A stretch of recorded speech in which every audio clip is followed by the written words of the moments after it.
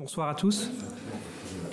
Je vous remercie de vous être déplacés, apparemment malgré des problèmes de métro et également d'avoir bravé la météo. Vous êtes un peu moins nombreux que les autres soirs, mais ça vous rend d'autant plus méritant d'être arrivés à la fin de ce séminaire qu'on va conclure, mon collègue Maxime Joseph et moi-même, qu'on est très heureux de conclure, surtout vu, je pense, la qualité qu'ont exhibé nos collègues auparavant. On espère être à leur hauteur. Donc ce soir, on va essentiellement parler d'un phénomène aussi bien politique que religieux, qui est le culte qui a été voué aux souverains hellénistiques et aux empereurs romains lors des époques hellénistiques et impériales. Personnellement, c'est un phénomène religieux qui occupe la plupart de mon temps, parce que ça occupe mon sujet de thèse.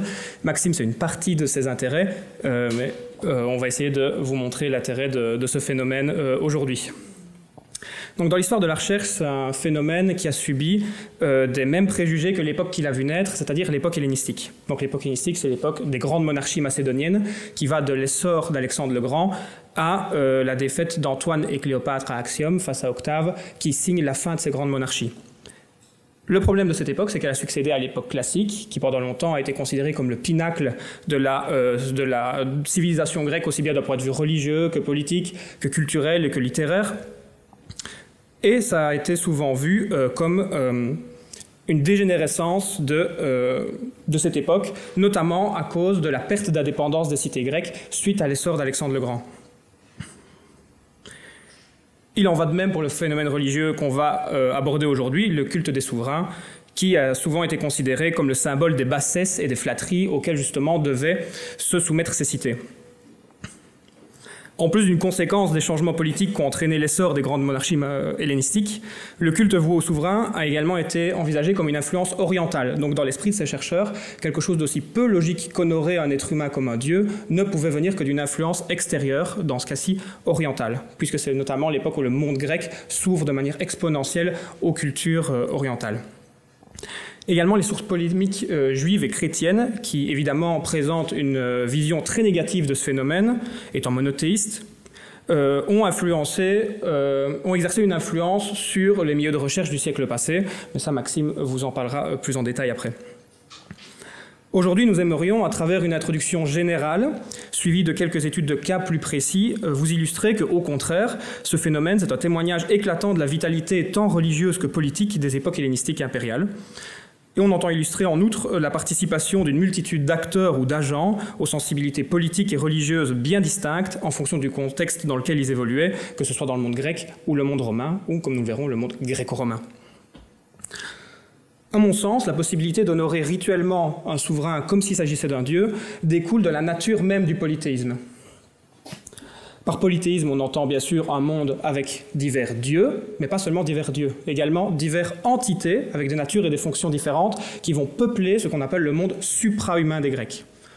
Donc à travers leur histoire, les Grecs ont tenté de définir et de catégoriser ces différentes entités, surtout à l'époque impériale, avec des auteurs néoplatoniciens comme Plutarque, dont vous avez un extrait ici, qui fait remonter à Hésiode une classification des êtres rationnels entre dieux, daimones, héros et humains. Donc il y a diverses classifications, mais c'est celle qui revient le plus dans les sources. Humain, je pense qu'au niveau de la définition, tout le monde est OK. Les héros, en revanche, on se trouve dans une catégorie de personnes dont l'existence est documentée historiquement pour les Grecs, selon la vision de l'histoire des Grecs. Par exemple, pour eux, la guerre de Troie, c'est de l'histoire. Héraclès, c'est de l'histoire. Et dont l'exceptionnalité de la vie leur ont valu d'avoir un statut particulier après leur mort. Ce statut particulier leur permet de toujours avoir une influence sur la vie des mortels, et cette influence, elle est activée à travers un rituel que les mortels vont leur dédier, souvent à leur tombe. Les dieux, on a une image très claire de ce que sont les dieux grecs, ce sont des dieux anthropomorphes, vous avez tous entendu déjà des histoires tirées de la mythologie, Zeus, Apollon, sont des noms qui vous sont totalement familiers. J'aimerais juste souligner une définition des dieux grecs qui dérive des études structuralistes du siècle passé, où on définit les dieux grecs comme des puissances en réseau. Pour quel motif? Car les dieux grecs ont une capacité d'action sur la vie des êtres humains. Cette capacité d'action, elle s'exerce dans des domaines bien précis, en fonction du contexte où les agents cultuels évoluent, et cette puissance des divinités, elle est activée également à travers un rituel. Le rituel est très important dans ce cas-là. En réseau, pourquoi? Parce qu'ils ne seront pas tout puissants, ils ont des fonctions qui seront déterminées. Par exemple, Aphrodite pourrait avoir des interventions dans le domaine de la guerre, par exemple. Arès, tout un tas d'autres divinités. Je m'attarderai un peu moins sur les daimones, car c'est une catégorie un peu à part, totalement littéraire. Vous aurez vu que je n'ai pas traduit le mot grec, qu'on aurait traduit par démon, parce que dans notre culture, c'est connoté. Ce ne sont pas des forces maléfiques, ce sont des forces divines non identifiées. Mais il n'y a pas besoin de s'attarder outre mesure pour cette thématique. Outre la multiplicité, le polythéisme grec se caractérise surtout par sa fluidité et sa porosité. Si on lit la suite de ce texte de Plutarque, on voit que Hésiode, après avoir défini ces catégories, a procédé à des changements. On voit le terme grec métabolé. Donc des hommes, par exemple les hommes de la race d'or, vont devenir des daimones, et beaucoup de demi-dieux vont être réduits au rang de héros. Donc il y a une fluidité entre les différentes catégories qui ne sont jamais totalement fixes. Le meilleur exemple qui représente cette fluidité, c'est sans aucun doute Héraclès. Héraclès, dont vous avez tous déjà entendu parler, qui a une vie qui, selon les Grecs, est documentée historiquement, qui va accomplir des exploits. Ces exploits seront tellement grands qu'ils lui vaudront le statut de divinité. Vous avez ici une représentation d'un vase conservé au musée du Louvre, où on voit Héraclès, vêtu de sa peau de lion et de sa massue, monter sur le char d'Athéna qui va l'amener vers l'Olympe. Là, vers l'Olympe, il sera marié à la fille de Zeus et Héra, Hébé, la jeunesse, l'éternelle jeunesse, ce qui représente son entrée dans la société des dieux. Néanmoins, il y a une ambiguïté. Comment peut-on être un dieu si on a une vie qui est historiquement documentée comme un héros? Et les Grecs ressentaient ce paradoxe, et ils ne s'en faisaient pas de problème, puisque par exemple sur l'île de Tassos, selon Hérodote, ils offraient des sacrifices à Héraclès comme à un immortel, mais également comme à un héros. Il n'y a pas d'exclusivité dans la religion grecque, qui, comme on l'a déjà dit hier, n'est pas une religion du livre, n'est pas une religion monolithique, donc il y a des changements qui sont tout à fait possibles entre les différentes catégories. Et ça, à mon sens, exactement cette porosité et cette multiplicité qui permettent la naissance du phénomène religieux qui nous intéresse aujourd'hui. Le premier exemple dont on a mention dans les sources vient d'une source plus tardive, Plutarque, encore une fois, qui s'appuie sur l'historien Douris de Samos, qui nous raconte que le premier être humain à être honoré rituellement fut Lysandre, un général spartiate. Donc alors on est dans le contexte de la guerre du Péloponnèse. La guerre du Péloponnèse, dans le monde grec, c'est un conflit à échelle mondiale. Athènes et Sparte vont s'affronter, mais également s'affronter à travers des cités interposées. Athènes, dans ses cités alliées, va imposer des gouvernements démocratiques, tandis que Sparte, dans leurs cités alliées, vont imposer des gouvernements oligarchiques.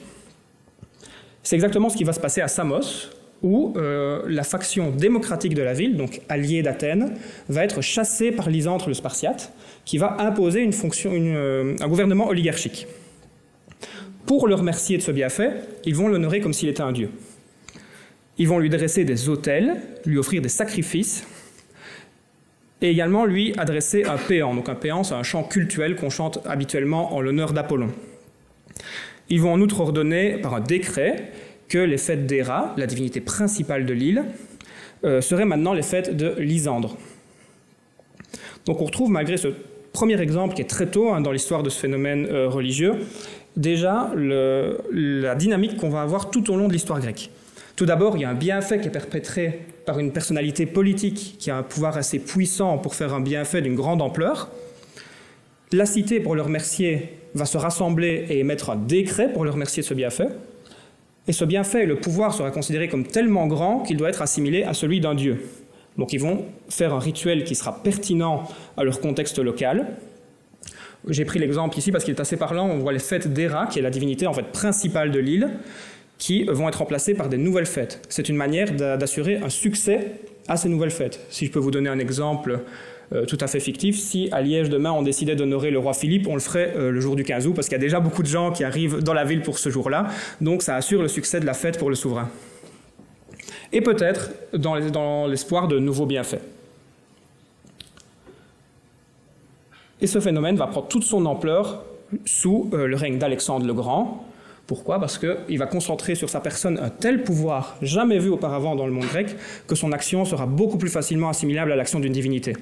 D'un geste, le roi pouvait totalement changer la vie d'une communauté, comme un dieu pourrait le faire. Donc pour résumer cette petite introduction, on a un phénomène qui est aussi bien politique que religieux.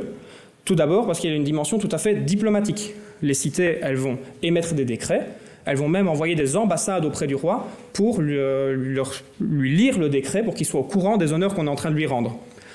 Ce dans l'espoir d'avoir une audience, peut-être pour demander de nouveaux avantages, pour peut-être simplement attendre une réponse royale favorable et à l'avenir avoir un rapport favorable avec le roi. On a même gardé des exemples de lettres royales qui ont été gravées sur pierre par la cité, donc ce qui montre que les cités étaient très fières de cet échange diplomatique, réussi grâce aux honneurs, et ce qui montre la vivacité de l'échange évergétique entre ces deux parties. Les rois d'ailleurs vont faire, bien que l'initiative vienne des cités à la base, vont d'ailleurs faire un usage assez répandu de ces honneurs cultuels parce que ça leur permettait de cimenter leur pouvoir sur leur territoire.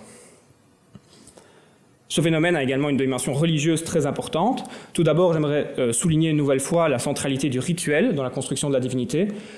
Mentionner, proclamer la divinité d'un roi dans la religion grecque n'était pas suffisant. Il fallait faire un rituel modelé sur le rituel des dieux. C'est ce que résume cette phrase qui est devenue assez classique dans nos études, forgée par John Child, ancien professeur au Collège de France. Faire, c'est croire. On n'est pas dans une religion de l'orthodoxie, on est dans une religion de l'orthopraxie, poser les gestes justes. Cette nécessité d'honorer le roi, elle dérive de sa capacité d'action sur la vie des communautés. Et j'aime toujours bien illustrer ce point avec un exercice d'écriture qui a été retrouvé en Égypte. Donc les élèves scribes écrivaient ces maximes, ces dictons connus pour s'entraîner à écrire. Et il illustre assez bien ce point. Titheos to kratoun, qu'est-ce qu'un dieu? La puissance. Qu'est-ce qu'un roi? Ti basileus, égal à un dieu, isotheos. C'est-à-dire que le roi est directement comparé dans la divinité pour sa capacité à agir sur la vie de ses citoyens, de ses sujets plutôt. Et on va également voir le développement d'une politique religieuse de la part des souverains en collaboration avec toute une multitude d'acteurs que l'on va s'efforcer de vous illustrer aujourd'hui. Et je vais d'abord laisser la parole à Maxime qui va introduire le culte impérial. Donc, bonjour à toutes et à tous. Donc vous l'avez compris, je me chargerai donc du versant occidental de cette intervention. Et je vais essayer de fournir des réflexions en miroir de celles que Lucas a pu formuler jusqu'à maintenant, notamment dans le rapport très différent que Rome et les provinces occidentales pouvaient avoir avec cette notion de divinité des humains ou, dans ce cas-ci, de l'empereur. Alors on va voir dans quel sens ça va. C'est dans l'autre sens. Voilà. Donc, alors, avant de nous intéresser au sujet proprement dit, donc au souverain devenu Dieu, j'aimerais d'abord revenir sur la notion qui va sous-tendre l'ensemble de mon intervention, à savoir le culte impérial à Rome. Tout simplement parce que le culte impérial à Rome, on n'en parle pas dans les sources antiques, que ce soit dans les sources littéraires ou les sources épigraphiques. Les anciens, donc les Romains, ne parlaient pas de culte impérial, évoquaient seulement des cérémonies qui étaient diverses, des rites qui pouvaient être très variés, mais jamais sous une notion unique. Cette notion unique, monolithique de culte impérial, elle intervient uniquement chez les auteurs chrétiens, dans le cadre d'œuvres qui étaient destinées à décrédibiliser le polythéisme romain. Dans ces œuvres, on peut par exemple, en citant saint Augustin, dont vous avez l'extrait ici, parler du culte impérial comme d'une désastreuse flagornerie.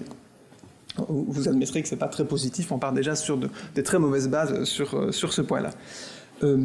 On retrouve encore cette vision bien plus tardivement, on verra qu'il y a effectivement une influence de cette réflexion jusqu'au XVIIe siècle, voire au-delà. Donc chez Louis-Sébastien Lenain de Tillemont, donc un ecclésiastique et historien du XVIIe siècle, qui écrivait que ce culte impérial, il s'agissait donc d'honneurs sacrilèges rendus à la mémoire d'Auguste, qui produisirent une nouvelle superstition et une nouvelle impiété dans le paganisme, comme s'il n'eût pas été assez criminel de n'avoir pas adoré le Dieu véritable. C'est précisément cet élément qui est reproché au culte impérial dans les œuvres chrétiennes. C'est d'avilir ces sacrifices, d'avilir ces offrandes qui ne devraient être adressées qu'au seul Dieu véritable, forcément celui de la religion du livre. On a déjà évoqué ces questions de la prétendue tolérance romaine qui n'est pas forcément évidente dans le sens où on n'a pas une vérité unique à Rome. Les chrétiens l'ont, et donc forcément on ne peut pas accepter des rites qui seraient adressés à une autre divinité ou à d'autres divinités.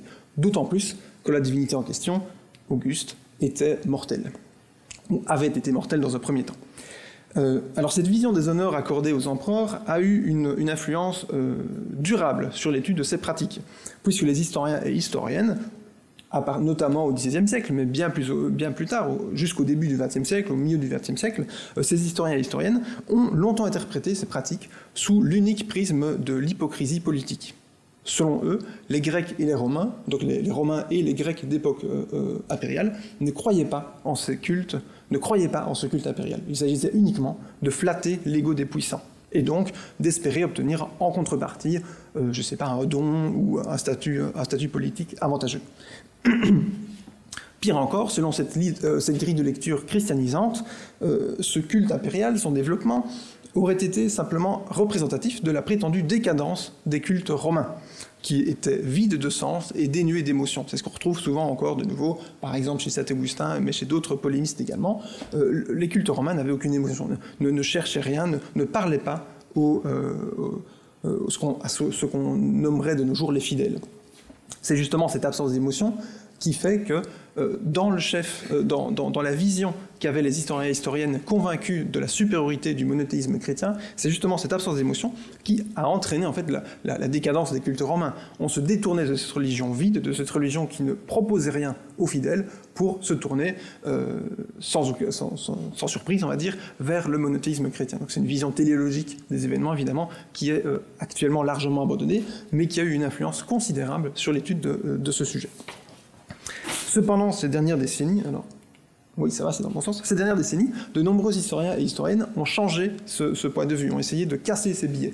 Je vous ai mis ici quelques ouvrages, si jamais le sujet peut vous intéresser.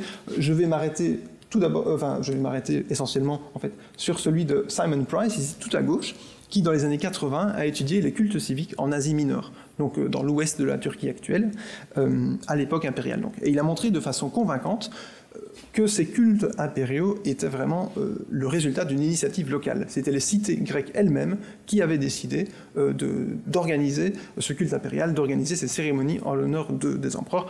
On a vu évidemment avec Lucas que ça ne sortait pas nulle part. C'est pas pour rien que dans ces espaces-là, on avait déjà ces pratiques honorifiques. Ça remontait déjà à de nombreux siècles. Mais après avoir montré cette initiative locale qui paraissait évidente, encore fallait-il réussir à l'extraire du prisme de cette désastreuse flagornerie dont parlait saint Augustin. Or, Simon Price a justement montré que cette insertion du culte impérial dans le cadre civique résultait de la volonté de réussir à appréhender, de réussir à comprendre ce nouveau pouvoir extraordinaire des Romains, ce nouveau pouvoir extérieur qui venait s'imposer à la cité, et notamment le pouvoir extraordinaire d'Auguste qui représentait donc cette cité romaine. C'était une façon d'établir des relations intellectuelles avec ce nouveau pouvoir, et les cultes permettaient justement ce type de réflexion. Encore plus récemment, notamment dans le travail de Gabriel Frija, on propose désormais d'abandonner la notion de culte impérial. C'est pour ça que j'ai dit que le culte impérial n'existe pas, c'est pas moi qui ai trouvé cette formule-là, je la reprends à de nombreux travaux. Le culte impérial, pourquoi est-ce qu'on le critique? Parce qu'il paraît trop monolithique pour rendre compte de la diversité des pratiques et des rites qu'il est censé recouvrir. C'est une notion qui est moderne et qui ne permet pas vraiment de façon satisfaisante de rendre compte de toutes ces pratiques, de tous ces rites, de cette diversité de pratiques. Et donc on propose, pour remédier à cela, d'employer le pluriel, et donc de parler de cultes impériaux. Alors vous allez me dire, c'est pas beaucoup, c'est pas grand-chose, on joue sur des détails, mais ça a quand même son importance, parce que le culte impérial, on en parle depuis des siècles, on le critique depuis des siècles, les cultes impériaux, on en parle depuis 10 ans, on n'a pas encore eu le temps de les critiquer, peut-être qu'on passera à autre chose par la suite. On a également parlé de rites impériaux, pour revenir justement sur ces gestes, pour éliminer cette question d'un culte de l'empereur, pour s'inscrire vraiment dans le geste. Mais voilà, je vais parler de cultes impériaux, ce sera déjà très bien. Et donc, de ce propos liminaire du propos liminaire, il faut donc retenir que les cultes associés à cette ancienne catégorie de culte impérial, inconnus des Romains, d'ailleurs, je le rappelle encore une fois, ne relevaient donc pas d'une pure hypocrisie politique, pas plus qu'ils n'étaient les révélateurs de la prétendue décadence des cultes de la ville de Rome. Je vais revenir sur un dernier biais avant de définir un petit peu ce que j'entends par ces cultes impériaux. Le biais en question, il est attaché à cette figure impériale, parce que forcément, souvent en tous les cas, quand on pense culte impérial, on pense à ce qui se fait de pire dans la société romaine, et le pas est vite franchi de passer sur les mauvais empereurs. Donc forcément, on revient sur Caligula, Néron, Domitien, Commode, ce genre de joyeuseté. Or, on oublie parfois un peu vite que ces cultes impériaux, ils sont installés dès Auguste. Et lui, souvent, on le critique assez peu. Et justement, sur ces modalités du culte impérial installées sous Auguste, on peut distinguer 4 logiques qui sont liées mais qui sont distinctes et que je vais vous présenter ici assez rapidement. Alors la première modalité de ces cultes impériaux qui apparaissent sous Auguste, c'est la plus évidente en fait, c'est le culte qui est rendu aux empereurs ou aux membres de la famille impériale après leur mort. Donc on a une décision du Sénat qui décide que cet empereur ou ce membre de la famille sera honoré comme un dieu, sera dius dans le cadre d'un homme ou diwa dans le cadre d'une femme. Donc Auguste, à sa mort, n'est plus nommé Auguste, il est nommé Dius Augustus. On a parlé de consecratio hier pour ceux qui étaient présents avec Liselotte.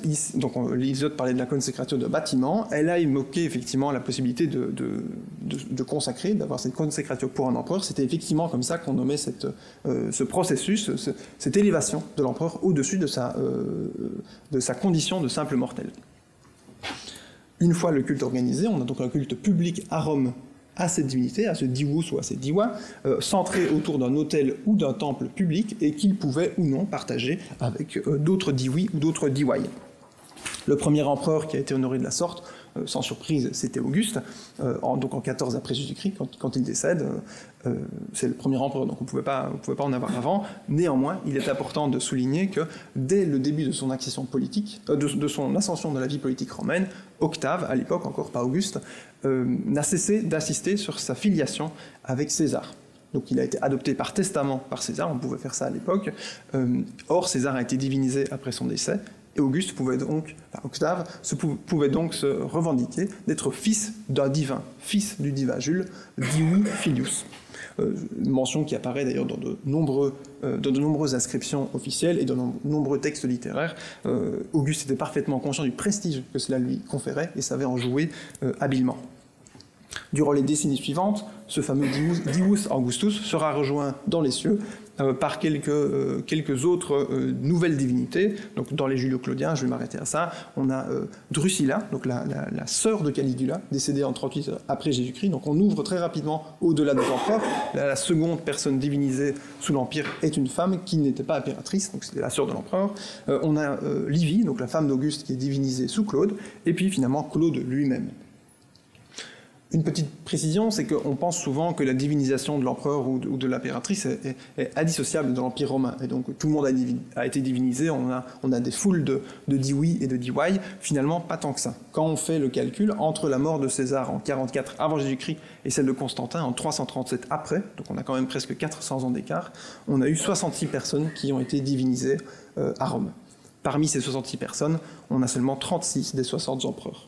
Alors forcément, les empereurs qui étaient, connotés négativement, ça ne surprend pas tant que ça, mais on a quand même pas mal d'empereurs qui sont passés à la trappe dans ce processus, que ce soit parce qu'ils n'ont pas, et je reviendrai sur ces questions juste après, parce qu'ils n'ont pas le soutien du Sénat, parce qu'ils n'ont pas le soutien du peuple, etc., etc. Petite précision, donc je finis sur le diwi et diwai. Néanmoins, il est intéressant de préciser que il y a un vocabulaire ici qui est très important, sur lequel je reviendrai par la suite en termes de hiérarchie divine, ce qu'on ne retrouvera pas du tout, ou beaucoup moins chez Lucas, donc là vous pourrez voir un peu les différences dans le cadre de la conférence.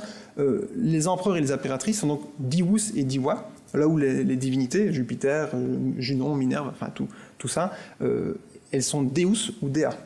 Donc on n'a pas le même terme. Et de nouveau, vous allez me dire, c'est un détail, on joue sur les termes. Oui, mais pas tant que ça. On l'a dit hier, les Romains, c'est un peuple de juristes, et ils ont mis énormément d'importance sur cette différence, sur cette hiérarchie qui apparaît dès le titre de la divinité en question.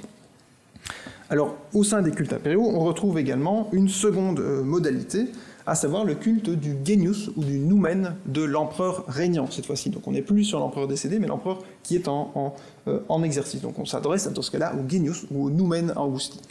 Je vous ai mis ici 2 dédicaces à ces divinités-là, qui viennent donc de province, mais comme ça vous voyez un petit peu à quoi peuvent ressembler les textes épigraphiques sur lesquels on travaille. Donc à gauche, vous avez un autel de bonne taille déjà, qui est dédié à Périgueux par les bouchers de la ville, à Jupiter Optimus Maximus. Donc les textes sont chaque fois abrégés, il manque des lettres, mais ça coûtait moins cher et ça permettait d'avoir des blocs qui étaient plus petits. En fait. Donc Jupiter Optimus Maximus, Iovie Optimo Maximo, et Eugénie de Tibère Auguste. Donc vous avez ici ce genre de dédicace qu'on peut retrouver, de nouveau avec une certaine hiérarchie, c'est Jupiter Optimus Maximus en premier. À droite, vous avez un autel au Numen d'Auguste, donc de bannière de Bigorre, je ne rentre pas dans le détail, mais de nouveau, vous avez ici Numina Augusti Sacrum, dédié au Numen d'Auguste, etc., etc. Et puis la mention du dédicant, donc de la personne qui a fait ériger cet autel. Je parle d'un culte de l'empereur vivant. Attention, il ne s'agit pas d'un culte de l'empereur lui-même. On n'honore pas, par exemple, ici en l'occurrence, si c'est Auguste, on n'honore pas Auguste lui-même. Le genius, c'est l'entité qui naît et qui meurt avec chaque individu et qui figure sa capacité d'action. Donc l'empereur n'est pas exceptionnel, c'est pas le seul à avoir un genius, tous les individus ont un génie. On a tous un génie aussi, du point de vue des Romains en tous les cas. On a même des génies, qui existaient, la catégorie existait avant Auguste, et on a des génies pour les corporations professionnelles, on a des génies pour les cités, on a des génies pour le lieu, on a un genius loci qu'on retrouve dans de nombreuses dédicaces aussi.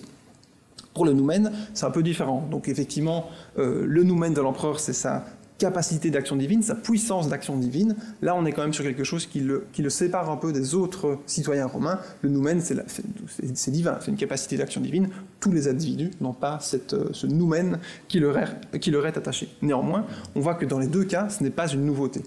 Auguste s'inspire de choses qui existent déjà, bâtit sur quelque chose qui existe déjà, pour refuser un culte à sa propre personne, tout en liant à sa propre figure ces notions assez importantes, et ça lui assure une certaine visibilité. Donc il ne cherche pas à être Dieu, contrairement à César, ça lui a été reproché d'ailleurs. Néanmoins, on peut lui offrir des sacrifices, on peut l'associer ici par exemple à Jupiter Optimus Maximus, donc le grand dieu de la cité de Rome.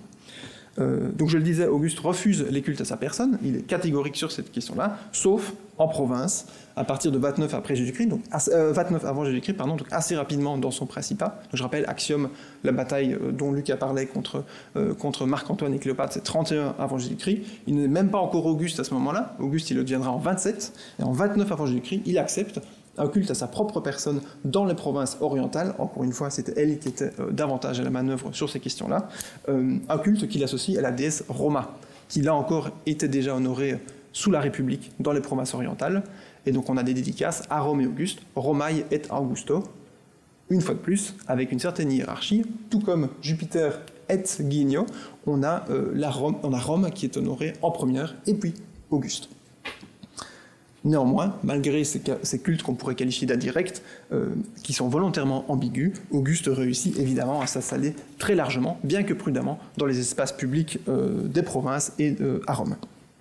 Alors la troisième modalité des cultes impériaux, elle peut être rapprochée de la précédente, puisqu'il s'agit cette fois-ci d'honorer les vertus et les qualités liées à la fonction impériale. On pense alors évidemment à la victoire, à la pax, etc. etc. On en a tout un catalogue. On en a tellement un catalogue qu'Auguste va très vite capter certaines de ces vertus, dès 27 avant Jésus-Christ, dans le même mouvement qui lui attribue le nom d'Augustus. Le Sénat décide de lui offrir un bouclier en or sur lequel étaient gravées ses principales qualités. Ses principales vertus. C'est le Clipeus Virtutis, le bouclier des vertus, qui sera affiché, si je ne dis pas de bêtises, dans le Sénat, dans la curie du Sénat, et donc on rappelle à tout le monde, voilà, désormais Auguste est un citoyen exceptionnel, voici ses vertus principales. Alors vous pensez bien qu'un bouclier en or, on l'a plus. Par contre, on a quand même une reproduction du dit Clipeus Virtutis, bouclier des vertus, qui vient de Arles, cette fois-ci en marbre, et qui est une copie conforme de ce bouclier romain, à une exception près. Ils ont mis à jour la titulature impériale, parce qu'elle n'a pas été gravée la même année, mais les vertus en question sont les mêmes. Et qu'est-ce qu'on honore comme vertu ? On a sa virtus, donc sa vaillance, on a sa clémence, clementia, sa justice, son sens de la justice, et sa pietas, donc sa piété. Ces quatre vertus vont être vraiment les piliers de la fonction impériale, de l'image du bon empereur à partir d'Auguste. Cependant, si on devait désigner une éclatante, ou la plus éclatante des manifestations du culte des vertus impériales sous Auguste, ce serait évidemment celle qui a été érigée en 9 avant Jésus-Christ, au retour d'Auguste de campagne dans le nord de l'Espagne, c'est l'hôtel de la paix Auguste, l'Arapakis Augustae, donc à Rome de nouveau. Un hôtel, vous voyez, monumental, hein. On a une dame qui est passée à la postérité ici et qui vous donne une idée de l'échelle du monument. Alors cette pax, c'est une notion indissociable du principe augustéen, de l'image qu'Auguste veut renvoyer, notamment dans ses res gestae, donc dans son testament politique qui a été affiché à côté de son mausolée, et dans toute une série de cités en province. Il se vante d'avoir réussi à faire fermer à plusieurs reprises les portes du temple de Janus, qui ne pouvaient être closes qu'en temps de paix, et qui n'avait été fermé que 2 fois dans les 700 ans qui séparaient la prétendue fondation de la cité de Rome et le principat d'Auguste, et l'arrivée au pouvoir d'Auguste. Donc évidemment, c'est une notion qui est importante et dont il joue énormément. Alors pour ceux qui ont été à Rome ou qui veulent y aller, qui vont peut-être y aller, l'Arapakis Augustae, vous la trouverez actuellement en face du mausolée d'Auguste, dans une très belle installation. Et si je vous dis que vous la trouvez actuellement à cet emplacement-là, c'est que ce n'est pas son emplacement d'origine. Elle a été déplacée sous Mussolini, qui voulait... En fait, elle se trouve actuellement sur la Piazza Augusto Imperatore, qui est le nom que Mussolini a donné à cet emplacement, si je ne dis pas de bêtises, et qui vous donne une idée en fait, du programme idéologique qu'il y a derrière. On a une continuité entre le premier empereur de Rome et le premier empereur du second empire de Rome. Donc on a ici tout un programme augustin qui est mis en place par Mussolini et qui en fait annule complètement l'organisation de l'Arapakis initial, donc qui suivait une orientation très précise, en lien avec un mausolée dont l'ombre venait frapper l'autel à une date précise, à une heure précise, etc. Et en fait, ils ont changé l'orientation, donc ça ne veut plus rien dire. Mais bon, voilà, vous le saurez comme ça si jamais vous allez le visiter, mais ça vaut la peine. C'est assez impressionnant, en fait. La dernière de ces modalités des cultes impériaux, en fait, ce sont les vœux annuels qui, le 3 janvier, qui avait été créé depuis Auguste et qui donc le 3 janvier devait assurer la salus du prince et de sa famille. C'était une requête pour laquelle on s'adressait donc à la triade capitoline, les divinités principales de Rome, Jupiter, Junon et Minerve, et à la solus publica du peuple romain des Quirites. Voilà, petite incise pour vous expliquer 2 notions que a priori vous ne connaissez peut-être pas, à savoir le vœu et la salus.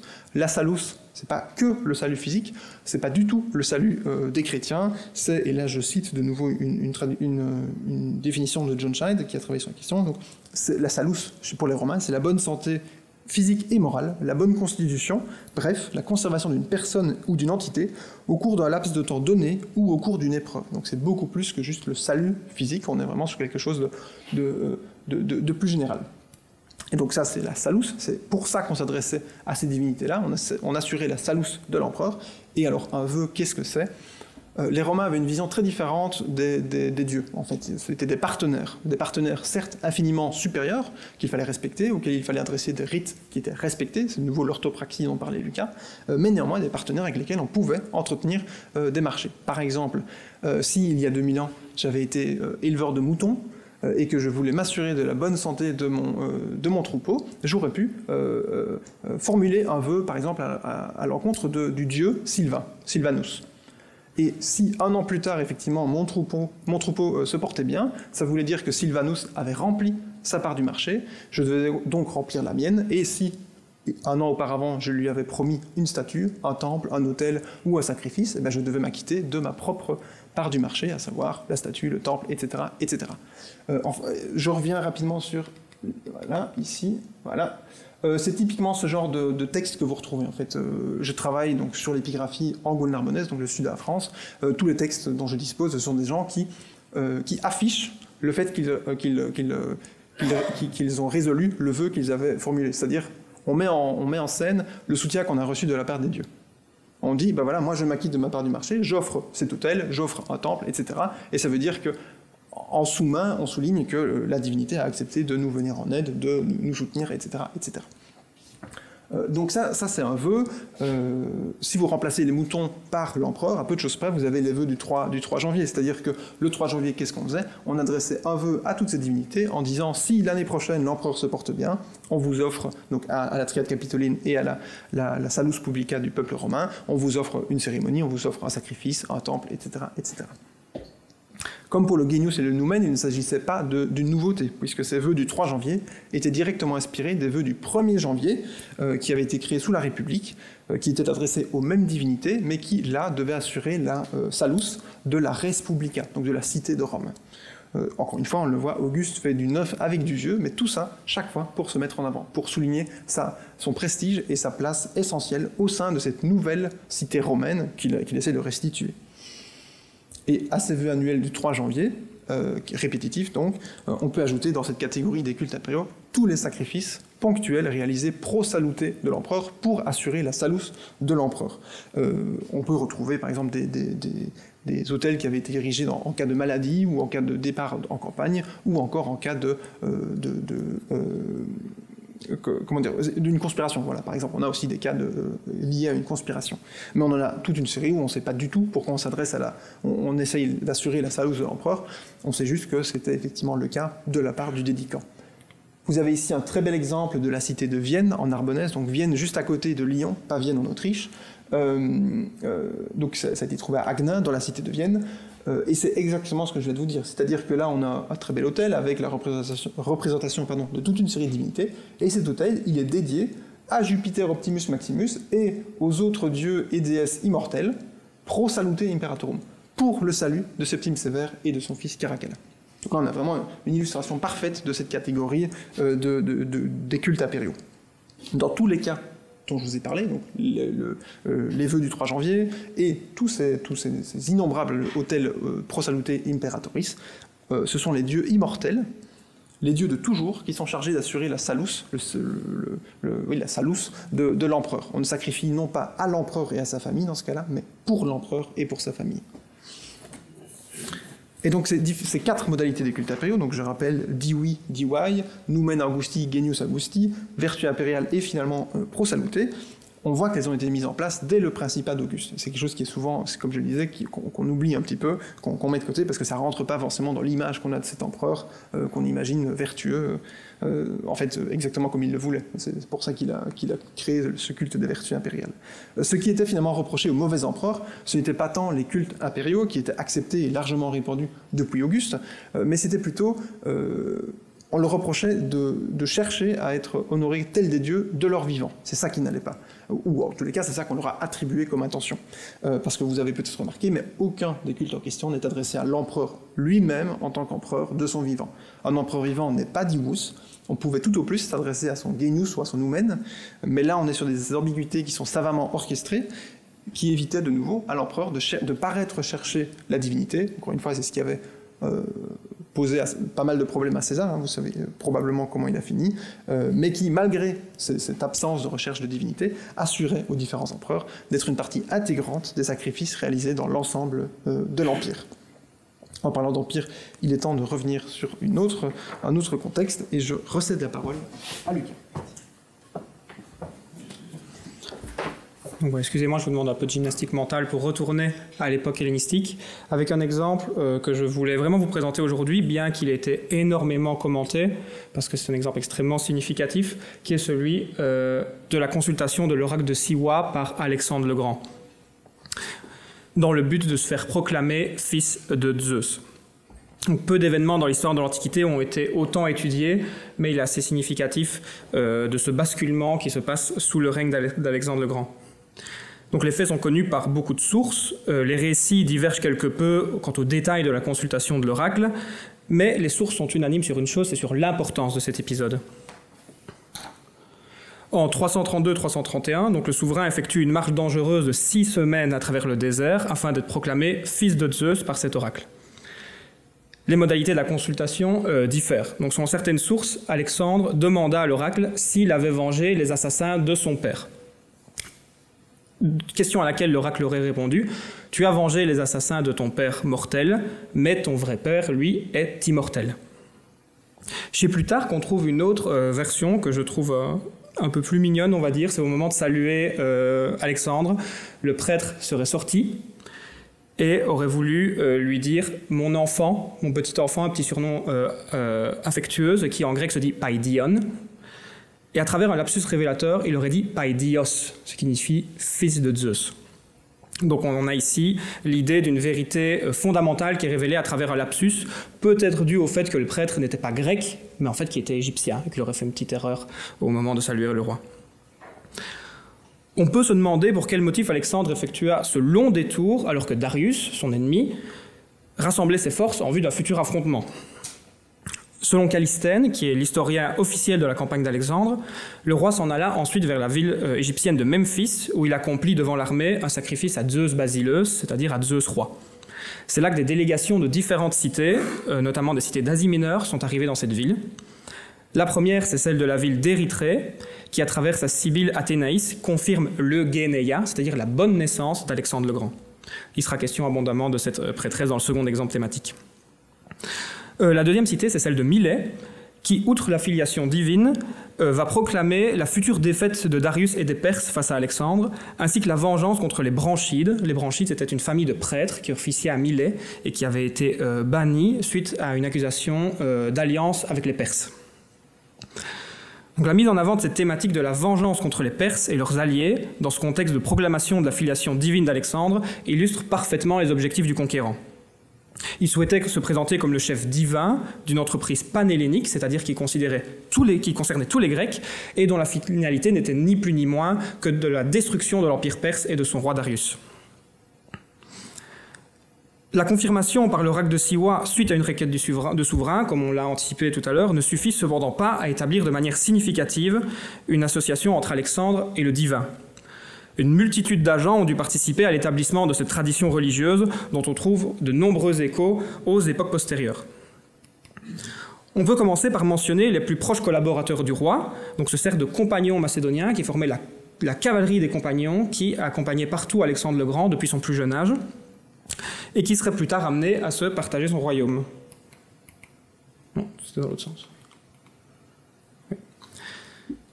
Athénée, auteur des Deipnosophistes, dont les Deipnosophistes, c'est une énorme somme de propos de table fictifs, au ton volontairement anecdotique et quelquefois scabreux, rapporte les propos d'un certain auteur, Satyros, selon lequel le philosophe Anaxarque, qui accompagnait Alexandre, eût été effrayé par un coup de tonnerre et aurait demandé à Alexandre si lui, fils de Zeus, ce n'est pas lui qui avait tonné.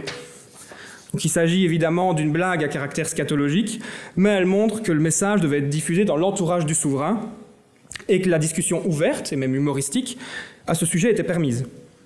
Les plus proches collaborateurs du roi auraient alors pu participer à la diffusion du message de la filiation divine, que ce soit dans l'armée ou dans les différentes villes qu'ils allaient visiter par la suite. Ces cités, justement, qui sont l'unité fondamentale de la vie politique et religieuse grecque, même au temps d'une monarchie, reçurent également l'annonce de la consultation de l'oracle, possiblement par l'intermédiaire justement de ces collaborateurs du roi. On a déjà mentionné les délégations de Milet et d'Érythrée qui arrivent à Memphis. Malheureusement, nous ne possédons pas de décret qui mentionne des cultes rendus à Alexandre le Grand de son vivant. Néanmoins, on a une mention chez Arrien d'envoi d'ambassades sacrées auprès du roi, à Babylone, qui était chargé de l'honorer comme s'il était un dieu. Donc on n'a pas de décret, mais on a tout de même des mentions. Il se peut toutefois, et d'ailleurs c'est arrivé de nombreuses fois, qu'au sein de ces cités, il y ait eu des dissensions quant à cette demande de reconnaissance d'un statut divin de la part d'Alexandre. Sur cette anecdote transmise par Plutarque, on voit que chez les Spartiates, ce n'était pas un grand débat. Damis aurait déclaré « Si Alexandre veut déclarer Dieu, qu'il soit déclaré Dieu ». Une indifférence totale de la part des Spartiates. En revanche, à Athènes, la discussion est souvent portée sur le plan polémique. On a ici un exemple d'Hypéride, dont le discours nous est parvenu à travers un papyrus, qui accuse, d'où en fait les hésitations que vous voyez ici dans le texte. C'est un trou dans le papyrus en fait, donc on ne sait pas exactement la fin. Mais Hypéride accuse Démosthène d'avoir accordé à Alexandre d'être le fils de Zeus ou Poséidon s'il le voulait. Donc on voit ici qu'on a la mention d'une double paternité qui montre en fait le peu d'intérêt d'Hypéride et qui essaye de décrédibiliser la demande d'Alexandre le Grand. Voilà, c'est un exemple très court car fort étudié pour vous montrer que dès le départ, une multitude d'acteurs sont impliqués dans la proclamation de la divinité des souverains. Et je vais de nouveau laisser la parole à Maxime pour un autre exemple thématique.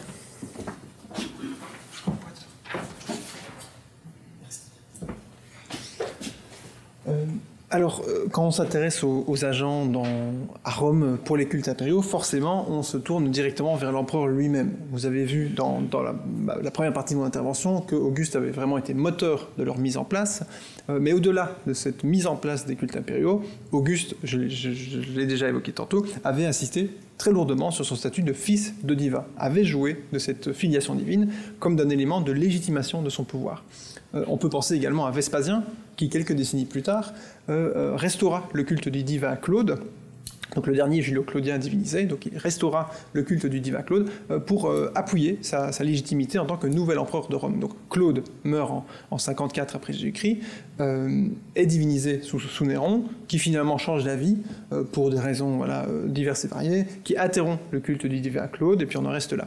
Néron a eu quelques petits soucis dans la fin de son principat, meurt assassiné à l'issue duquel se déclenche une guerre civile durant laquelle 4 empereurs se font suite, c'est l'année des 4 empereurs, donc Galba, Othon, Vitellius et puis finalement Vespasien, qui réussit à s'implanter comme le nouvel empereur, qui réussit à assurer son pouvoir, et pour cimenter ce nouveau pouvoir acquis, il fait appel à la dynastie julo-claudienne, à cette continuité de la dynastie julo-claudienne. C'est pourquoi il restaure le culte de Claude, parce que c'était souvent le successeur qui divinisait l'empereur précédent. Et donc voilà, là il essaye de jouer de cette prétendue succession avec les julo-claudiens pour asseoir son pouvoir impérial, son nouveau pouvoir impérial.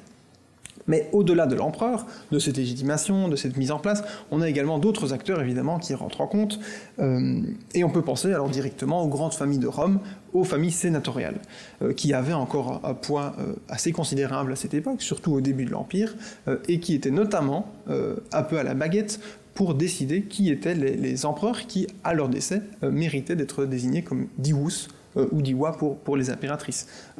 On a vu que c'est une décision du Sénat, de cette consécratio, etc. Et ces empereurs et ces impératrices qui étaient jugés dignes de devenir diwi ou diwai, en fait c'étaient les empereurs ou impératrices qui avaient régné en accord ou en bon terme avec les familles sénatoriales, qui avaient respecté leur pouvoir, qui leur avaient demandé leur avis, qui n'avaient pas régné comme un tyran, mais dans le sens moderne du terme, c'était pas un pouvoir d'une seule personne, et aussi qui avaient respecté la bonne image de l'empereur, ou plutôt l'idéal impérial qui avait été instauré sous Auguste, notamment avec les vertus dont j'ai parlé auparavant. Alors ça c'était pour les agents, je vais revenir ici sur une autre thématique, et ça va permettre de revenir un petit peu sur ce que Lucas a pu évoquer. Donc ce que je dis depuis tantôt, ça peut donner l'impression qu'à l'époque impériale, à Rome, il n'y avait plus que les cultes impériaux. Toute la vie cultuelle tournait autour de ça. En fait, pas du tout. Les hiérarchies divines, elles sont respectées. La hiérarchie suprahumaine reste. Les dieux immortels, les dieux de toujours, gardent leur primauté. Et c'est ce qu'on observe très bien dans un sanctuaire situé un peu à l'extérieur de Rome, donc un sanctuaire public néanmoins, le sanctuaire de Deadia à la Maliana. Cette séparation, ou plutôt cette distinction entre diwi et dei, elle s'exprime avec 2 moyens. Le premier, c'est la topographie du sanctuaire, la façon dont le sanctuaire est organisé dans l'espace. Certains éléments relèvent un petit peu de l'hypothèse. Vous voyez qu'ici on a un peu un gros trou. C'est normal, c'est parce que ici, ce que vous voyez là, c'est une ligne de TGV qui relie l'aéroport de Rome à la ville de Rome. Et donc on a fouillé comme on pouvait avant que la ligne de chemin de fer soit posée, et puis après c'était fini. Donc on n'a plus accès à ce sanctuaire-là. Mais la topographie telle qu'on peut la reconstituer, c'est la suivante, et elle exprime déjà quelque chose. Au-dessus, donc le sanctuaire, j'ai oublié de le dire, le sanctuaire est posé sur une colline, donc il suit la pente de la colline. Au sommet de la colline, on a ici l'espace dédié à Deadia, à la titulaire du sanctuaire, c'est la divinité principale du sanctuaire, qui est honorée dans un lucus, dans un bosquet sacré, qui lui était consacré. Le bosquet sacré, pour combattre l'une ou l'autre idée, quand un dieu est honoré dans un bosquet sacré ou en lien avec une fontaine, le bosquet et la fontaine ne sont pas le dieu, c'est l'espace qui leur est consacré, c'est l'espace qu'il habite. J'en profite pour placer ça comme ça. Donc au-dessus de cette colline, la divinité immortelle, la divinité titulaire du sanctuaire, avec 2 petits autels temporaires qui étaient destinés à accueillir d'autres divinités immortelles invitées dans le cadre des rites auprès de Deadia.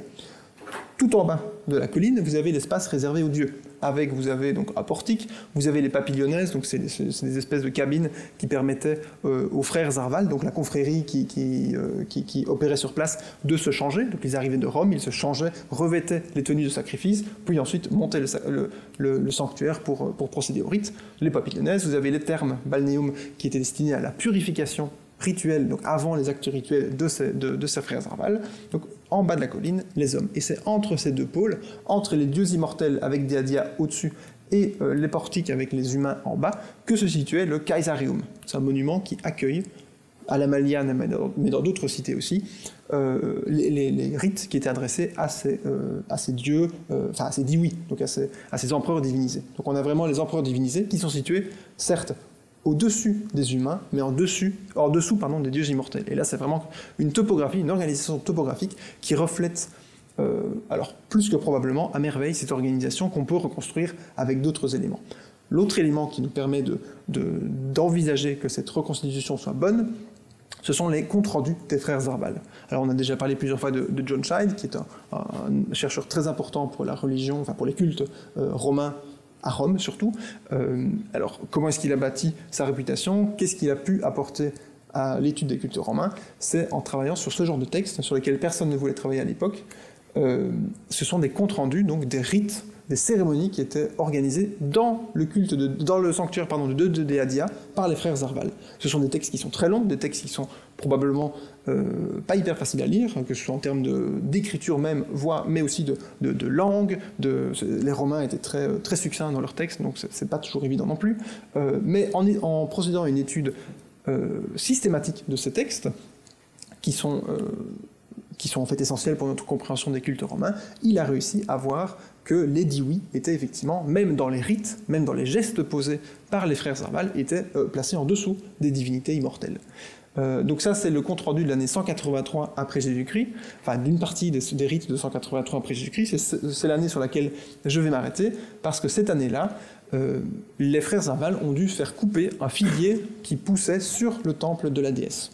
Et pour s'excuser, pour se faire pardonner de cette intervention dans le lucus, dans le domaine sacré réservé à la déesse, ils ont procédé à des sacrifices d'expiation, dont vous avez ici le compte-rendu, et ici une traduction qui vient du coup de nouveau de John Child, qui ne nous quittera pas longtemps. Alors vous avez le sixième jour avant les ides de février, etc., etc. Puis vous avez, au début de cette séquence rituelle, 2 bovins femelles à Deadia. 2 bovins femelles, ça signifie que la déesse recevait deux bovins femelles, hein, c'est ce qu'il est mis ici, mais ça signifie surtout qu'elle recevait deux victimes sacrificielles majeures.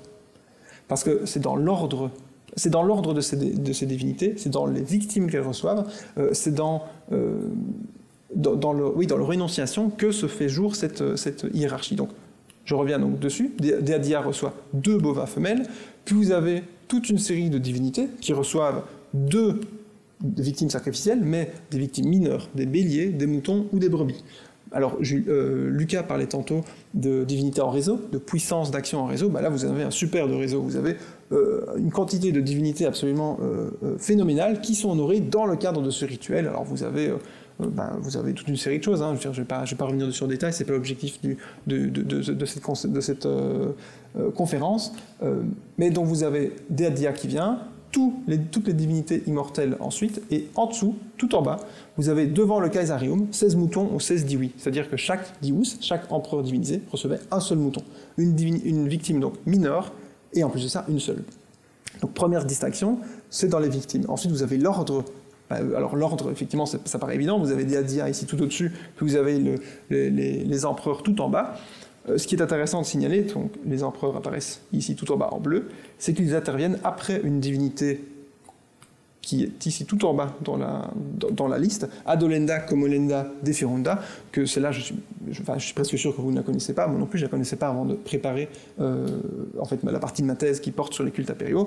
Adolenda, Comolenda, Deferunda, c'est celle qui doit brûler, débiter, faire descendre. Qu'est-ce qu'elle doit brûler, débiter, faire descendre? En fait, c'est le figuier. C'est une divinité qui a été créée pour l'occasion, qui a été forgée pour ce rite très précis d'expiation par rapport au figuier. Et malgré son statut de divinité infime, elle a un champ d'action et une puissance d'action extrêmement restreinte. On s'intéresse juste à un figuier qui pousse sur le temple de la déesse. Malgré ce statut de divinité infime, elle intervient quand même avant les empereurs divinisés, parce qu'elle reste une divinité immortelle, là où les empereurs ne l'étaient pas.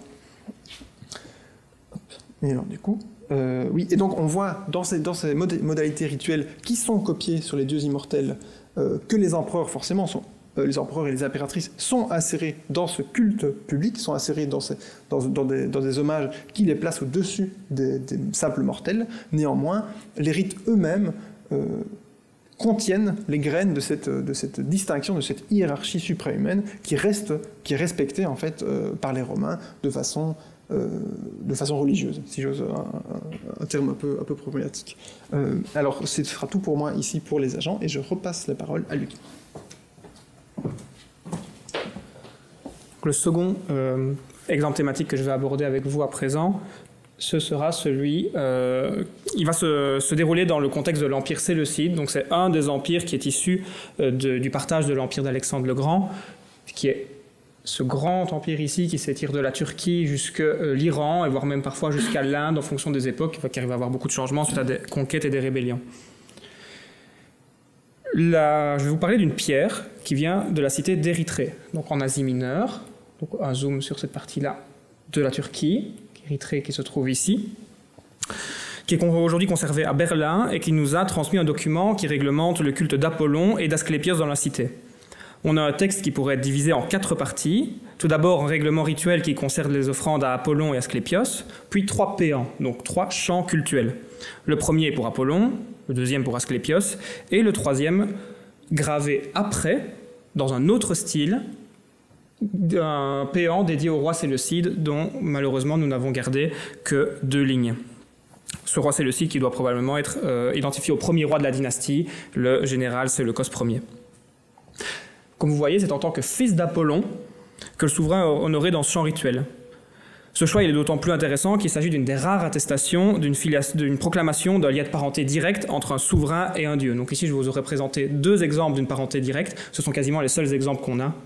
Ce n'est pas du tout représentatif de l'intégralité du phénomène, mais je vous ai amené ma petite obsession du moment. Qui a forgé cette idée que Séleucos était le fils d'Apollon ? La première possibilité à envisager, c'est celle de l'établissement d'une tradition dans une approche qu'on pourrait qualifier de top to bottom, donc du roi vers les cités. Ce serait le roi qui aurait lui-même promu cette association. Et en effet, en Asie mineure, dans la plupart des pièces de monnaie qu'on a retrouvées, représentant d'un côté le roi Antiochos Ier, qui est le fils de Séleucos Ier, sur le revers, on a une représentation d'Apollon en archer, assis sur l'omphalos. L'omphalos, c'est le centre du monde pour les Grecs de l'Antiquité. Et plus tard, dans une lettre que le roi Séleucos II adressera à la cité de Milet ainsi qu'à leur temple de Didyme, il rappelle sa parenté avec le dieu et le lien particulier qu'il a avec le temple d'Apollon didyméen. Donc on voit que c'est une association sur laquelle les rois jouent. C'est une association qu'on retrouve également dans les textes littéraires.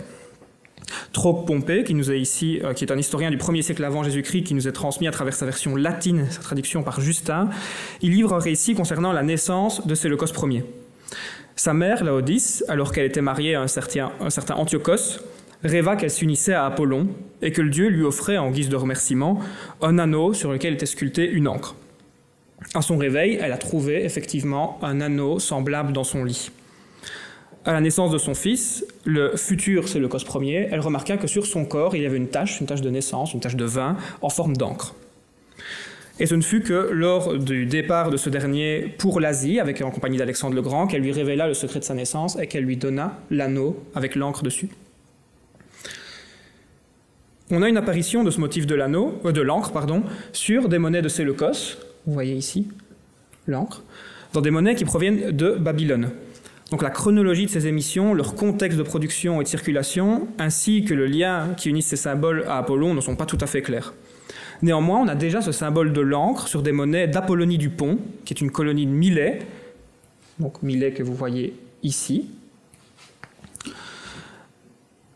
dont le dieu principal est Apollon, notamment à travers son temple oraculaire à Didyme. Donc vous avez le temple ici qui dépend de la cité de Milet.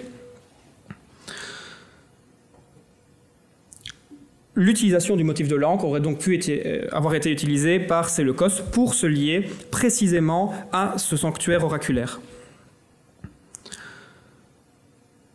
En effet, Séleucos Ier ainsi que ses descendants entretiennent un lien particulier avec cette cité et son sanctuaire. Selon Diodore, Séleucos aurait donné du courage à ses soldats avant une bataille en rappelant que déjà avant d'être roi, l'oracle de Didyme lui avait annoncé sa future royauté en l'appelant roi Séleucos. Appien rapporte également que de la même manière, lorsqu'il passait par Didyme avec Alexandre le Grand, l'oracle aurait dit à Séleucos « Ne te hâte pas vers l'Europe, l'Asie est bien meilleure pour toi », et en effet plus tard Séleucos mourra lors d'une expédition en Thrace après avoir passé le détroit vers l'Europe.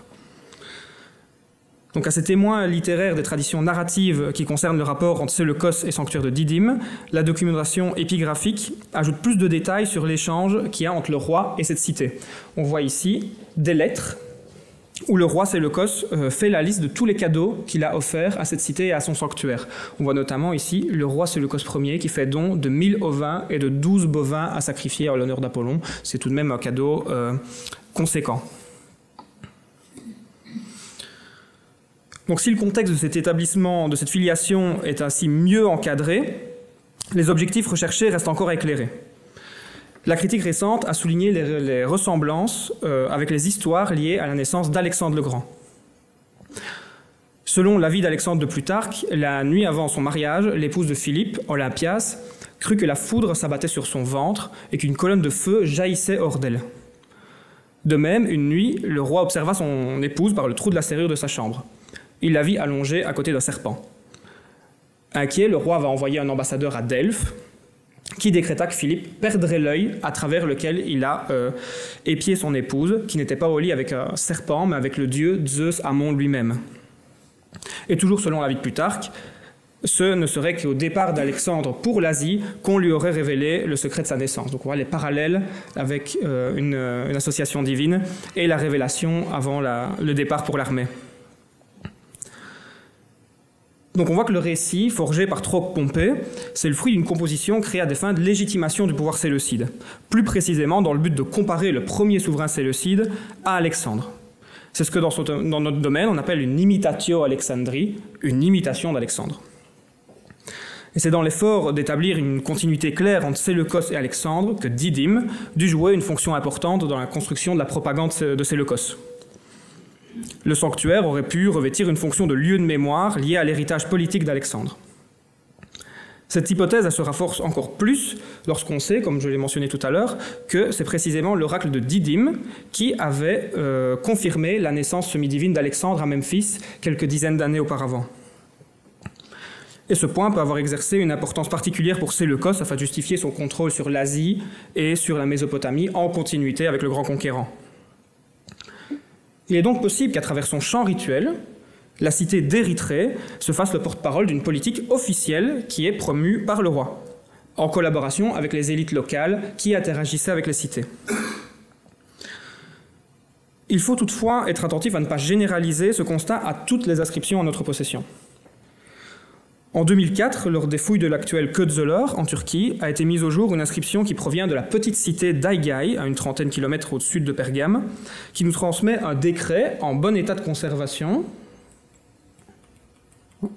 Décidé de ne plus fonctionner, d'accord. Comme vous voyez sur cette photo, où il est fait état de la conquête de la cité par Séleucos Ier en 280 avant Jésus-Christ, suite à la bataille de Courupédion qui l'opposait à Lysimaque, un autre descendant d'Alexandre. En remerciement de cette victoire et de la conquête, la cité d'Aigai va instituer une série d'honneurs en l'honneur de Séleucos et de son fils qu'elle présente comme les libérateurs de la cité. Le principal dispositif d'intégration des nouveaux honneurs cultuels dans la vie religieuse de la cité, c'est précisément l'association du souverain avec Apollon. Tout d'abord, le décret stipule que le nouveau temple de Séleucos et d'Antiochos sera construit à côté du temple d'Apollon.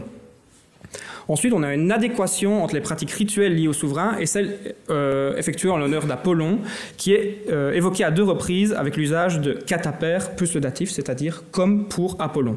On va par exemple lui offrir 2 taureaux qui seront offerts selon la même manière qu'on fait un sacrifice pour Apollon. Le sacrifice du mois Séleukéios, donc un nouveau mois du calendrier de la cité créé pour cette occasion, doit être effectué de la même manière que celui d'Apollon lors du mois Taxios. Ensuite, je signale que les éléments distinctifs du prêtre, notamment la couronne de laurier, rappellent les éléments distinctifs d'Apollon. Et enfin, lors des libations, c'est un péant, chant cultuel pour Apollon, qui doit être entonné, tout comme à Érythrée. Donc ici, on ne l'a pas conservé. Je caresse le rêve qu'un jour on le retrouve et que Séleucos soit défini comme fils d'Apollon. Ça pourrait confirmer mes hypothèses.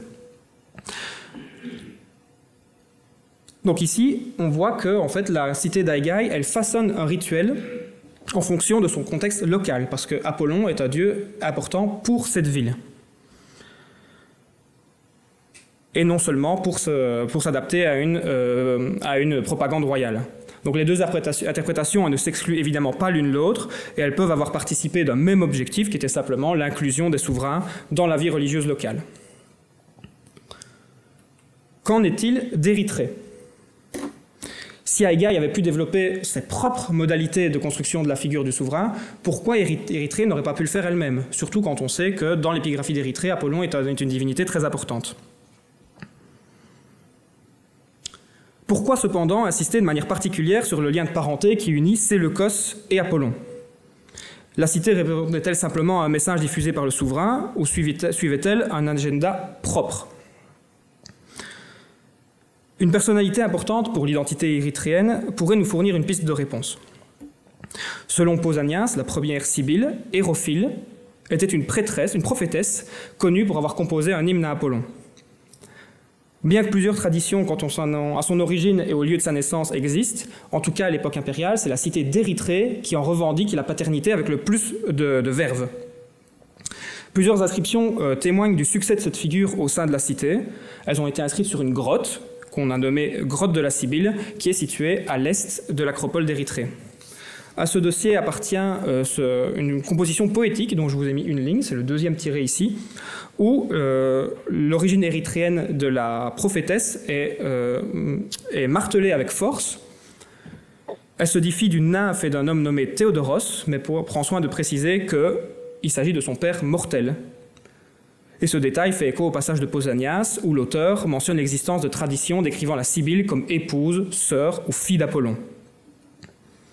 On avait déjà mentionné que c'était précisément la prophétesse érythréenne qui avait également, en compagnie de celle de Didyme, validé l'ascendance divine d'Alexandre le Grand. Donc les deux oracles liés à Alexandre le Grand se retrouvent dans la propagande de Séleucos.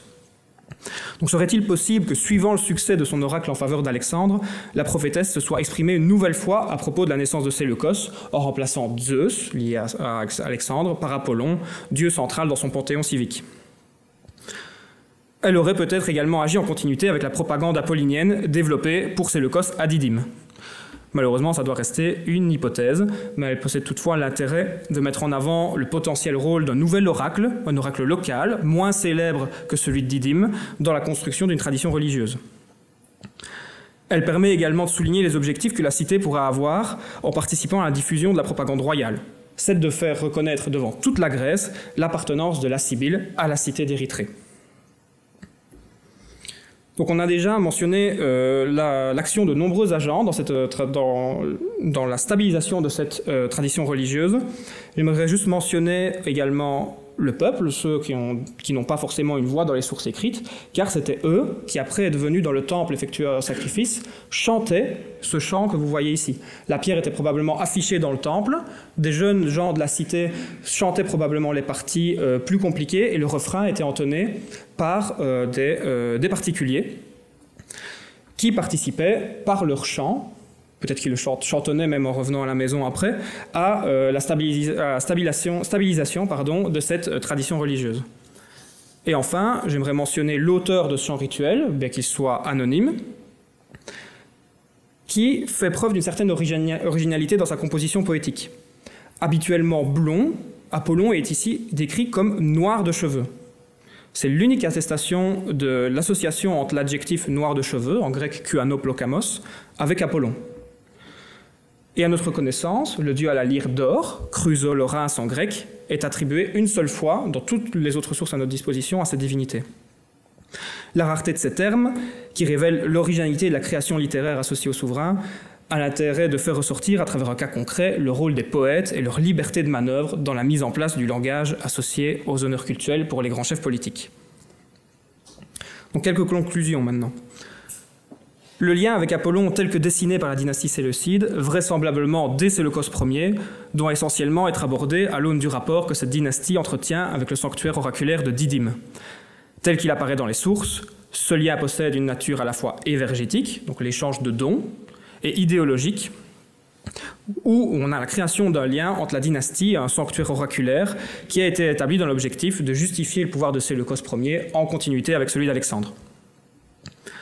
Si l'initiative pourrait venir du roi lui-même, elle dépendait, comme nous l'avons vu, de la collaboration de nombreux agents, les plus proches collaborateurs du souverain, par exemple, qui ont dû jouer un rôle actif dans la propagation du message. On a en outre souligné que les fondements de cette tradition furent posés par le biais d'une série d'expérimentations qui mettaient en interaction la propagande royale avec les panthéons locaux, notamment celui d'Aiaï. Il en va de même pour Érythrée, qui peut-être à travers sa prophétesse, consolida la tradition faisant de Séleucos Ier le fils d'Apollon. Si on ne peut pas attribuer sans aucun doute à Érythrée l'origine de cette association, le dossier s'intègre dans un processus dynamique à travers lequel la multiplication des références locales aux liens entre Séleucos et Apollon put engendrer une tradition qui finira par devenir une référence pour l'intégralité de la dynastie. En conclusion de ce dossier, j'aimerais juste souligner deux éléments du polythéisme grec que j'avais déjà soulignés en introduction, celui de la multiplicité et de la fluidité. En effet, Apollon n'est pas la seule divinité associée à Séleucos Ier. On possède par exemple une liste de prêtres de la dynastie à Séleucie du Pierie, qui est l'une des capitales royales, où le roi est appelé Séleucos Zeus Nicator. Nicator, c'est-à-dire porteur de victoire. Ce ne sera que son fils Antiochos, qui sera appelé Antiochos Apollon Sauter, c'est-à-dire Antiochos Apollon le sauveur. De même, dans des colonies agricoles séleucides, on possédait des dédicaces à un Zeus Séleucéos, donc soit le Zeus de la dynastie séleucide ou le Zeus de Séleucos. Et de même, sur des modèles représentant l'initiateur de la dynastie, on possède des représentations de Zeus que vous voyez ici, assis sur un trône portant une victoire ailée. Je ne rentre pas en matière concernant les objectifs de cette association, mais je l'ai mis ici simplement pour vous rappeler que le polythéisme ancien n'est jamais exclusif, qu'il n'est jamais monolithique et qu'il est toujours sujet à des changements et à des manipulations.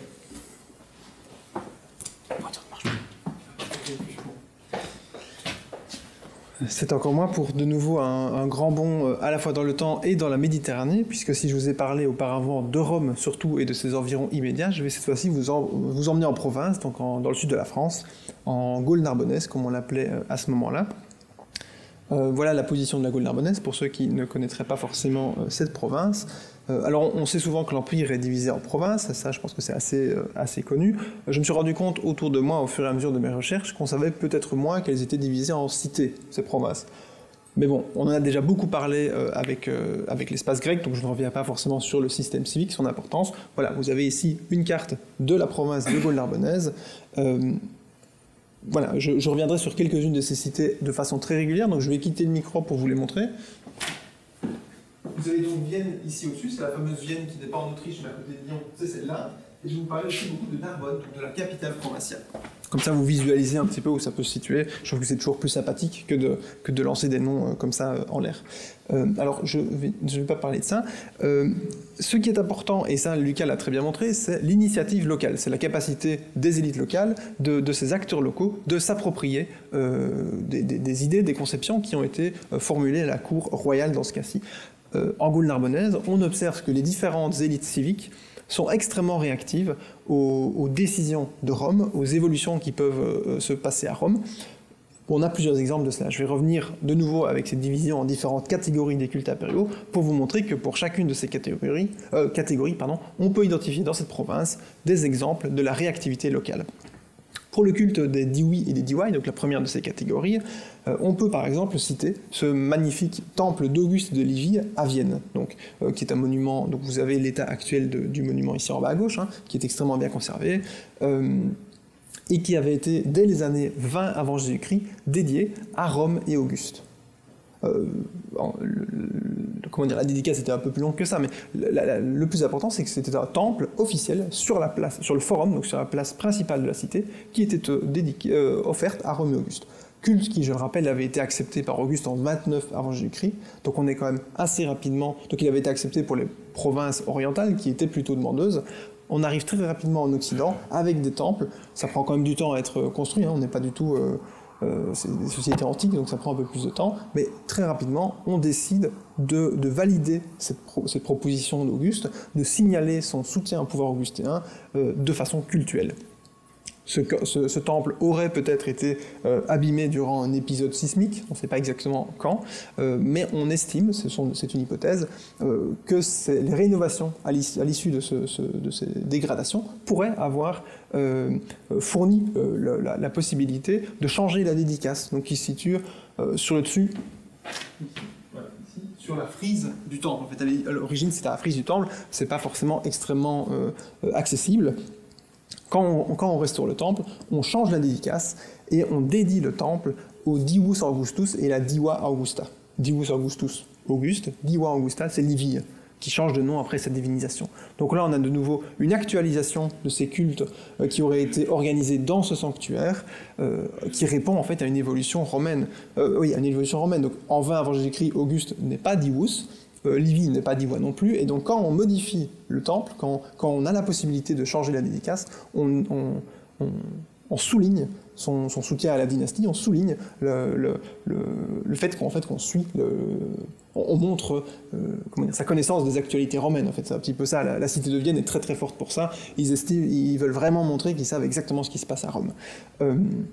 Alors vous avez à droite une photo d'une partie de cette inscription. Si vous ne savez pas la lire, c'est normal, c'est pas un problème de photo, c'est pas vos lunettes non plus, c'est simplement qu'elle a disparu, tout comme le bouclier des vertus en or a disparu. Ici c'était probablement des lettres en bronze ou à minima en métal qui ont été fondues depuis bien longtemps parce que c'était quand même vachement plus facile de récupérer ce genre de matériaux.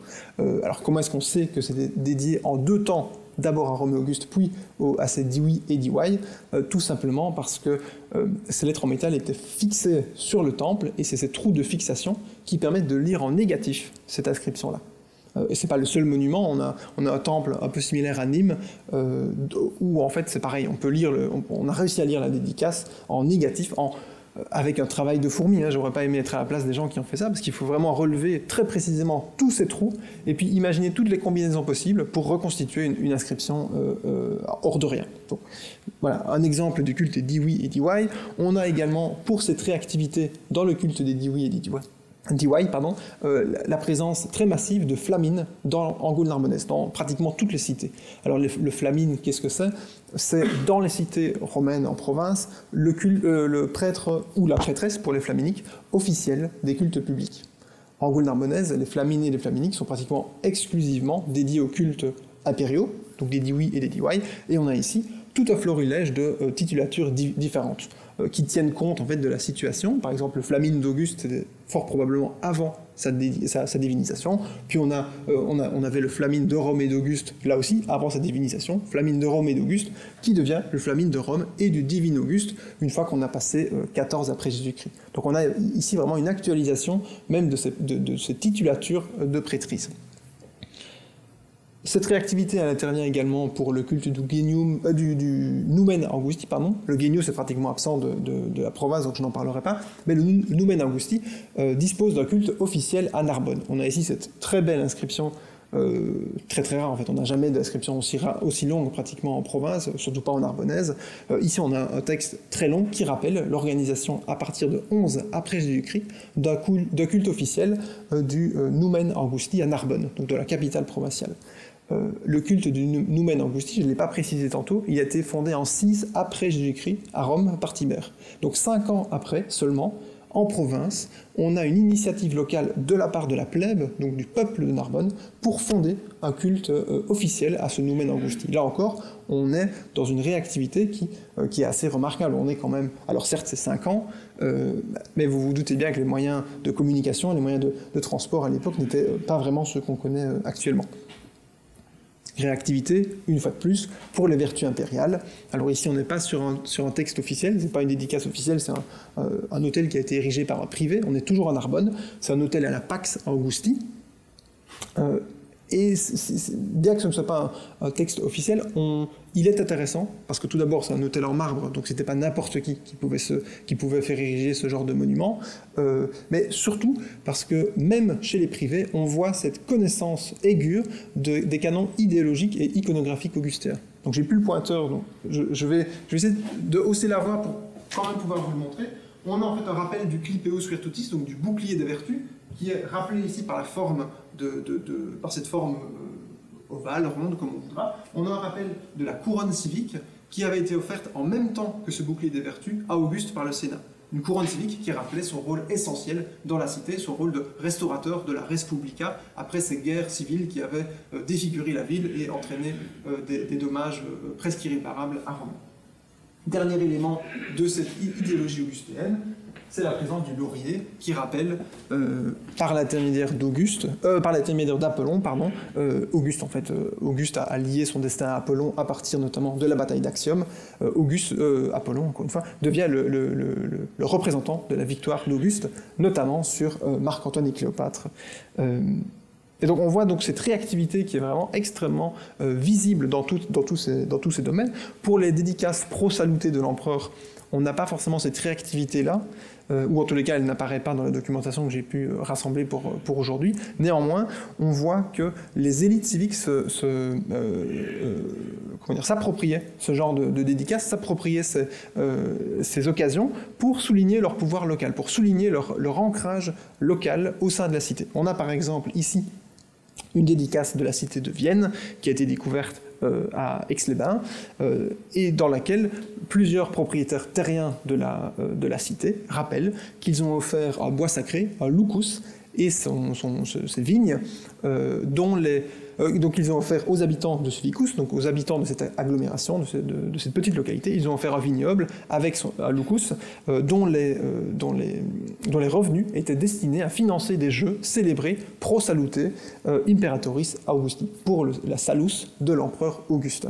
On a une deuxième inscription de nouveau de la cité de Vienne, mais de Aoste cette fois-ci, dont j'ai pas de photo satisfaisante, mais qui rappelle en fait de la part d'un magistrat de la cité, donc de nouveau une figure publique mais qui agit à titre privé, le don du toit d'un portique, des colonnes du portique et du revêtement de ce portique, de nouveau pro salute imperatoris. Donc on a de nouveau ici une mise en avant en fait on se met en avant en s'associant à ces rites pro-salutés, d'autant plus que le geste de ce notable autien, c'est le gentilé d'Aoste, je l'ai découvert aussi, ce notable avait rappelé son geste sur 3 blocs différents qu'on a retrouvés, donc au moins sur 3 blocs différents, qui étaient disposés probablement à différents endroits du complexe en question, pour que personne n'ignore l'identité du généreux Évergète. Donc de nouveau, une volonté de se mettre en avant, de s'associer à ces rites pro-salute imperatoris,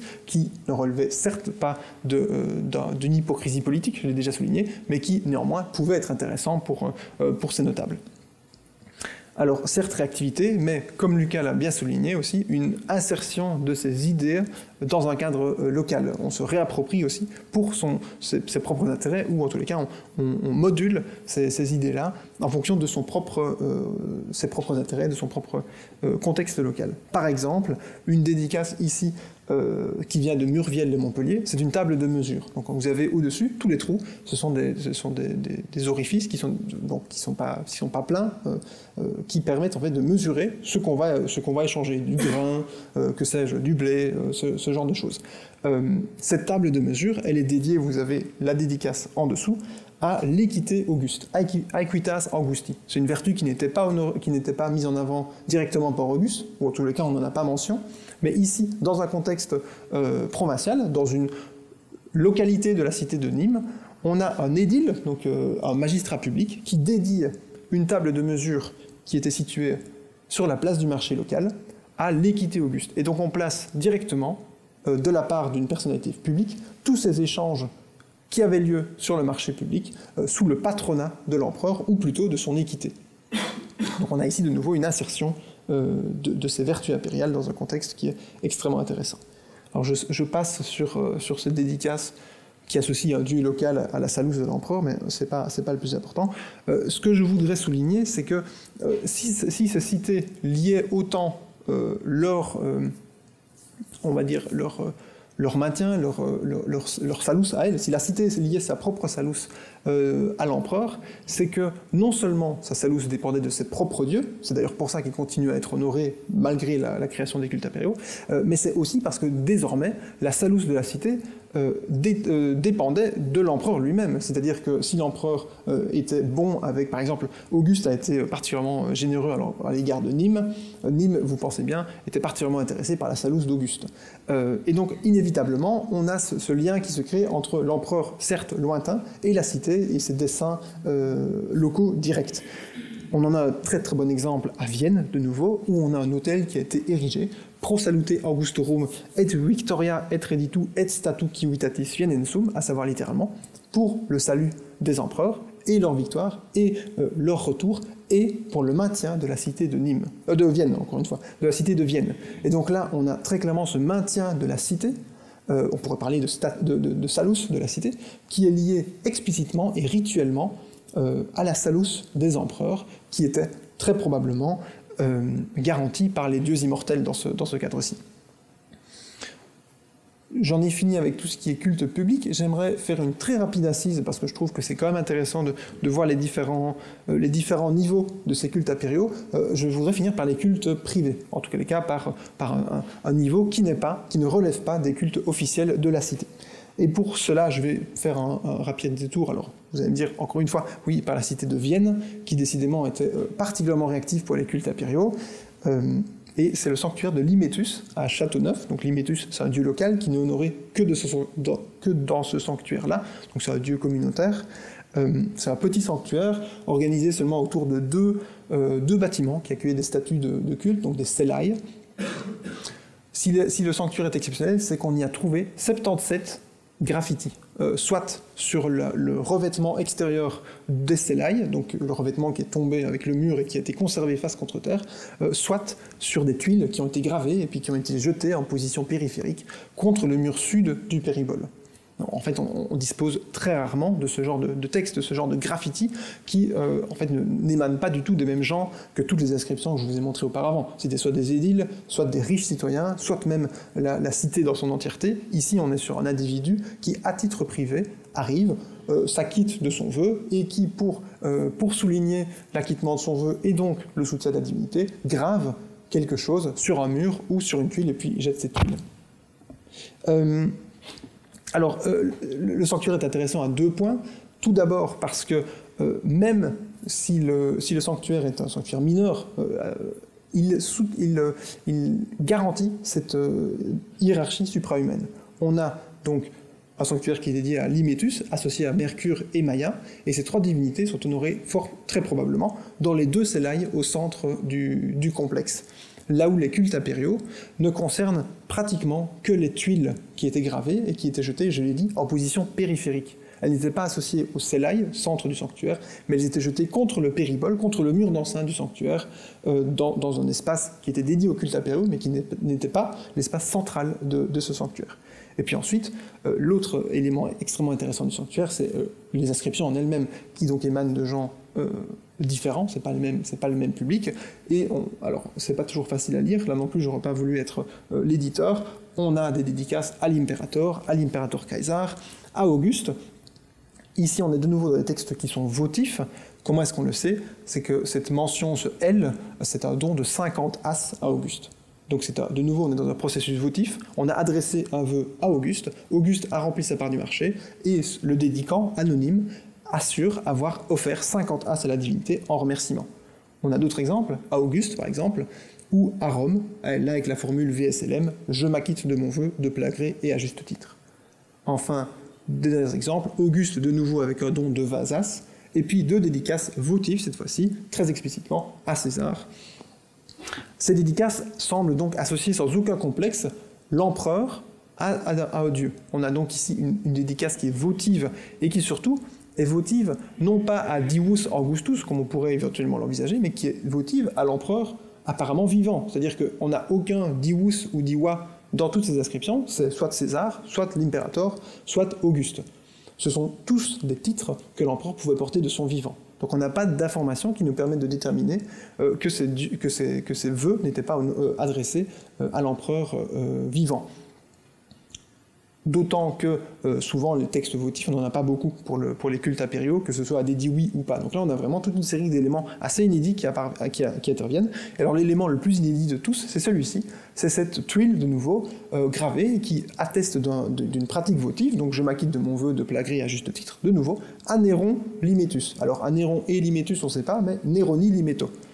Et là vous voyez, comment dire, d'un point de vue du culte public, ce dédicant de nouveau ou dédicante anonyme a fait n'importe quoi. C'est-à-dire que la fameuse hiérarchie suprahumaine que j'ai essayé de vous montrer, sur laquelle j'ai essayé d'assister dans tous les sanctuaires que je vous présente, ben là, il l'a prise et il l'a retournée complètement. Donc soit, tout d'abord, Néron,